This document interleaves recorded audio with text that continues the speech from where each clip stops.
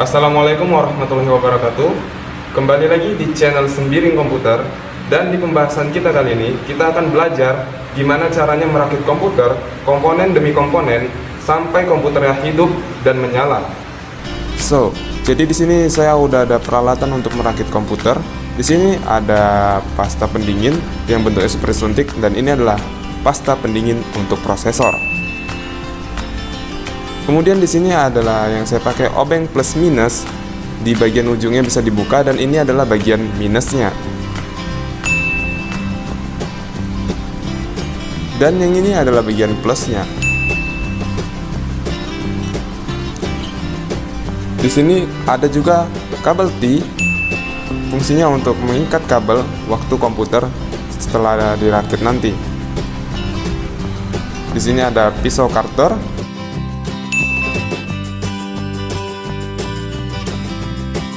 Di sini ada baut, ini adalah baut casing. Dan yang ini adalah baut motherboard. Dan ini adalah baut hard disk. Dan yang ini adalah baut power supply.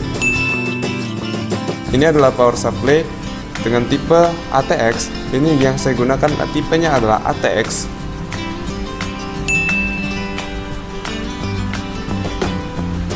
Dan yang ini adalah hard disk dengan kapasitas 160 GB dengan tipe soket SATA. Yang ini adalah komponen terpenting untuk merakit, yaitu sebuah motherboard. Motherboard di sini saya menggunakan tipe G41 dengan soket LGA 775.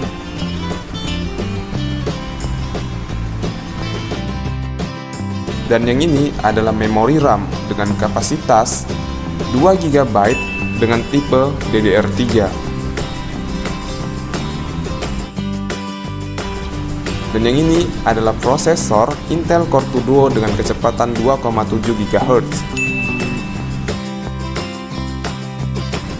Yang ini adalah kabel SATA, ya fungsinya untuk data pada hard disk. Dan yang ini adalah fan pendingin kipas prosesor. Yang ini ada monitor. Dan yang ini ada casing. Jadi gimana cara merakitnya? Yang pertama adalah pemasangan prosesor ke dalam motherboard. Yang perlu diperhatikan dalam pemasangan prosesor adalah tipe soketnya. Di sini saya menggunakan soket LGA 775. Yang pertama adalah kita buka dulu pengait dari prosesornya, dan kemudian kita tarik ke atas seperti ini. Kita tarik dan kita tekan ujung yang ini. Kita tekan ujung yang ini sampai besinya terangkat. Setelah terangkat, maka kita akan memperhatikan segitiga di pin prosesornya. Di sini tempat kita, panduan kita untuk memasang sebuah prosesor. Nah, di sini di prosesor juga ada diberitahu bahwasannya di pin itu ada segitiganya juga. Nah, jadi cara pemasangannya kita harus samakan yang ada di segitiganya di prosesor dan juga di motherboard. Kemudian kita pasang seperti ini. Jika sudah, di bagian ujung ini di kiri dan kanan itu ada seperti pembatasnya. Itu berfungsi untuk menjaga prosesor tidak goyang ke kanan atau ke kiri. Kemudian kita tutup prosesornya seperti ini. Kita tutup prosesornya, sama kita tekan ke bawah. Ya, sudah ditutup dan kita pastikan itu kuat.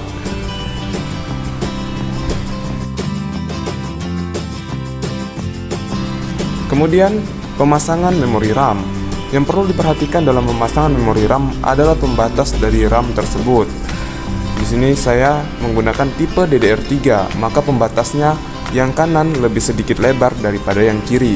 Pembatasnya ada di sini. Dan cara pemasangannya kita perhatikan juga di RAM-nya di mana pembatasnya juga. Lalu ketika kita sudah paskan RAM-nya, lalu kita bisa tekan RAM-nya ke bawah seperti ini. Kita tekan ke bawah sampai pengait di kiri dan kanannya itu menjepit si RAM tersebut. Nah, ini sudah kuat. Jika sudah seperti ini, pemasangan RAM pun sudah selesai. Kemudian pemasangan baterai CMOS. Yang perlu diperhatikan dalam pemasangan baterai CMOS adalah kutub positif ada di atas, seperti ini. Iya, selanjutnya adalah pemasangan heatsink atau kipas pendingin prosesor. Untuk cara pemasangannya ke motherboard, kita harus tarik pengaitnya ke atas terlebih dahulu agar pengait tersebut bisa masuk ke dalam motherboard. Sebelum memasukkannya, kita harus beri pasta terlebih dahulu, sedikit saja, jangan terlalu banyak. Dan kemudian setelah dikasih pasta, kita akan taruh ke motherboardnya, akan kita pasang dan kita masukkan pengaitnya ke dalam motherboardnya. Kita tekan ke dalam supaya pengaitnya bisa masuk. Kemudian kita putar menggunakan obeng yang ujungnya minus. Jadi kita putar ke arah kanan, semua ke arah kanan untuk mengunci agar pengaitnya tersebut bisa melekat ke motherboard. Kita akan kunci semuanya sampai benar-benar kipas pendingin prosesor ini bisa kuat melekat di motherboard. Ini sudah kuat dan tidak bakalan jatuh. Nah, selanjutnya adalah pemasangan soket kipasnya ke dalam motherboardnya. Ini caranya sama, kita harus perhatikan juga pembatas dari setiap soketnya. Kita pasang seperti ini. Ya, begini.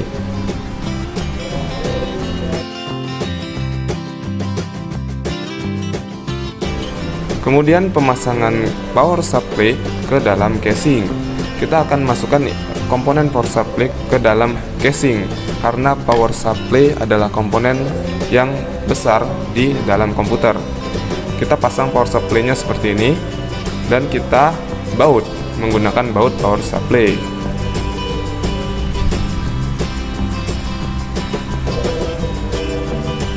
Setelah selesai dibaut, selanjutnya kita akan memasang back panel ke dalam casing. Back panel ini tiap motherboard beda-beda. Nah, ini back panelnya kita pasang ke dalam casingnya. Caranya kita tekan, kita dorong back panelnya keluar supaya ketat.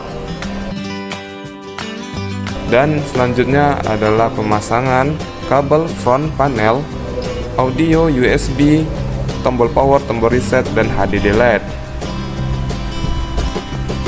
Ya, untuk cara pemasangan kabel front panel ke motherboard, kita harus lihat bagian yang ada pada motherboard.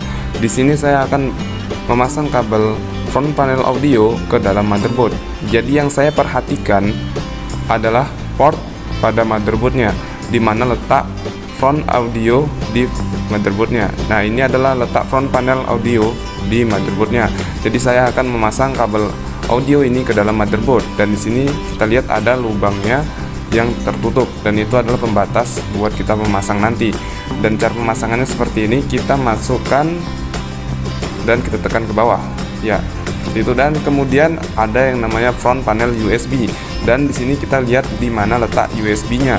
Letak front panel USB yang ada pada motherboard. Kita lihat di sini kita pasang di front panel USB 1. Jadi saya akan memasangnya di front panel USB 1, dan ini sama, ada pembatasnya juga. Di situ ada bolongan yang tidak ada lubangnya. Dan begini caranya memasangnya, kita tekan ke bawah. Sama.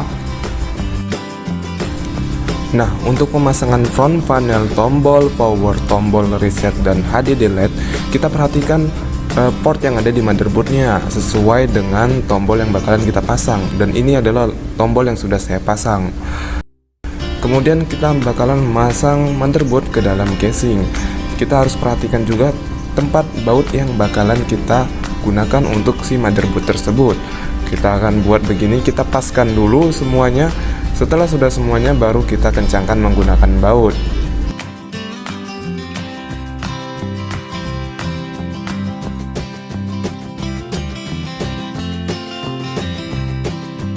Nah, setelah selesai dikencangkan menggunakan baut, sekarang kita bakalan memasang kabel power ke dalam motherboardnya. Ini adalah kabel power supply ke dalam motherboardnya. Jadi kita bakal memasangnya, dan kita perhatikan di sini ada pengaitnya, dan di motherboard juga ada pengaitnya. Jadi jangan sampai terbalik. Kita pasang seperti ini, kita tekan ke bawah.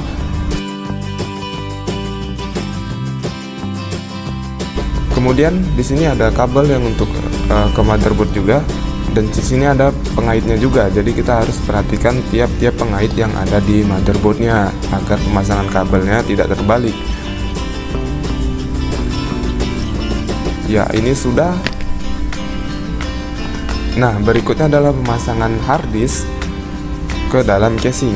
Jadi kita masukkan ke dalam casing sesuai tempat hard disk, dan di sini casing ini adalah tempat hard disknya di sini. Lalu kita kencangkan menggunakan baut hard disk. Setelah kencang, langkah selanjutnya adalah pemasangan kabel power dan kabel SATA ke dalam hard disk.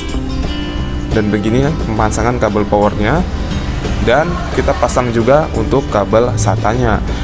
Jangan sampai terbalik, kita masukkan seperti ini. Ya. Setelah itu, kita masukkan juga ke dalam port motherboardnya agar si motherboard mendeteksi adanya hard disk. Kita pasang seperti ini, kita tekan. Nah, jika sudah selesai, tahap ini hampir selesai. Selanjutnya kita ikat menggunakan kabel T agar kabel-kabel tersebut terlihat rapi. Lalu kita potong menggunakan pisau cutter seperti ini, kita potong. Nah, ini adalah pemasangan kipas casing. Sebelum itu jangan ditutup dulu komputernya, karena kita bakalan menguji coba komputernya. Jadi di sini cara menguji cobanya, saya sudah cokkan keyboard dan sudah saya cokkan kabel VGA monitor, kabel power supply-nya, dan jadi kita tinggal hidupkan saja. Dan setelah dihidupkan dan ternyata komputer ini hidup ya, hidup, dan kita bakalan masuk menu BIOS dengan menekan tombol delete. Dengan menekan tombol delete tersebut, kita bakalan melihat apa-apa saja yang terdeteksi di dalam sebuah komputer itu. Nah, di tahap ini semuanya sudah selesai, dan tahap selanjutnya adalah proses instalasi Windows ke dalam hard disk. Jadi untuk video instalasi Windowsnya, kita bakalan buat lagi video instalasi Windowsnya dari awal penginstalan sampai selesai proses penginstalannya. Jadi untuk menonton video selanjutnya, silakan klik tombol subscribe dan jangan lupa untuk aktifkan notifikasinya. Jadi cukup sampai di sini dulu video kali ini tentang bagaimana cara merakit komputer dari awal sampai bisa menyala.